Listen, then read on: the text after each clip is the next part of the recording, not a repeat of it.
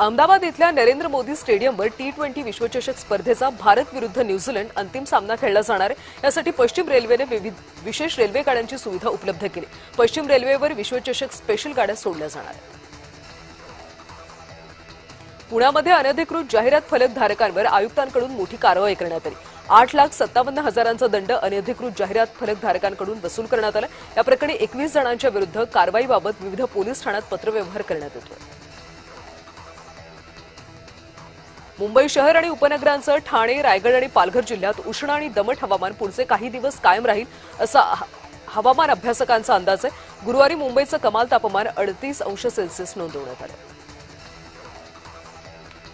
UPSC निकालामध्ये महाराष्ट्राचा डंका पाहायला मिळतो। 60 पेक्षा अधिक उमेदवार यूपीएससी परीक्षेमध्ये यशस्वी झाले। ऋषिकेश आलासे देशामध्ये 61वा क्रमांक मिळवत राज्यामध्ये प्रथम आला। रविवारी मध्य हार्बर आणि पश्चिम रेल्वे मार्गावर मेगा ब्लॉक असणार आहे। रेल्वे रूळ, ओव्हरहेड वायर यांच्या देखभाल दुरुस्तीसाठी हे ब्लॉक घेण्यात आले।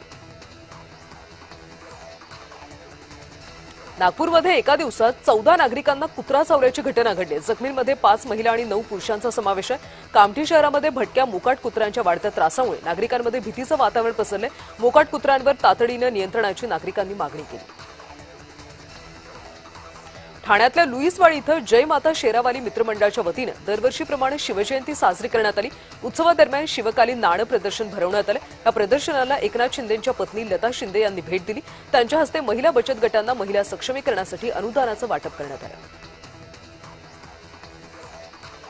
बदलापूर स्त्रीबीज तस्करी प्रकरणात पोलिसांनी मोठी कारवाई केली। या प्रकरणात उल्हासनगरमधून अटक करण्यात आलेली सोनल गरेवार ही महिला प्रशिक्षण नसताना सोनोग्राफी मशीन हाताळायची। संबंधित सेंटरचा परवाना रद्द करण्यात आला, तसंच सोनोग्राफी सेंटर सील करण्यात आले। या प्रकरणामध्ये आतापर्यंत 7 आरोपींना अटक करण्यात आली आहे। नागपूरमध्ये एलपीजीच्या किमतीमध्ये 8.42 रुपयांची वाढ झाली। व्यावसायिक सीएनजीच्या दरामध्ये 20 रुपयांची वाढ झाली असून युद्धजन्य परिस्थितीमुळे इंधनाच्या किमतीवर परिणाम झाला। पेट्रोल डिझेलच्या दरात मात्र कोणतीही वाढ झाली नाही। कर्जत तालुक्यातल्या किरवली गावातल्या तरुणी मृणाल बडेकर हिनं सीए परीक्षेत यश मिळवत कर्जत तालुक्याचा मान उंचावला। मृणालच्या या यशामुळे कर्जत तालुक्याच्या विद्यार्थ्यांमध्ये प्रेरणा निर्माण झाली। मृणाल बडेकरवर शुभेच्छांचा वर्षाव होता। सानपाड्यामधल्या सेक्टर 4 मध्ये एका घराला भीषण आग लागल्याची घटना घडली। आगीमध्ये घरातलं साहित्य जळून खाक झालं असून आगीचं कारण अद्याप अस्पष्ट आहे।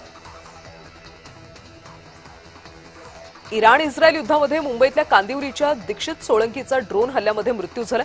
25 वर्षीय खलाशी दीक्षित सोळंकी यांचा ओमानच्या किनारपट्टीजवळ इराणने केलेल्या ड्रोन हल्ल्यात मृत्यू झाला।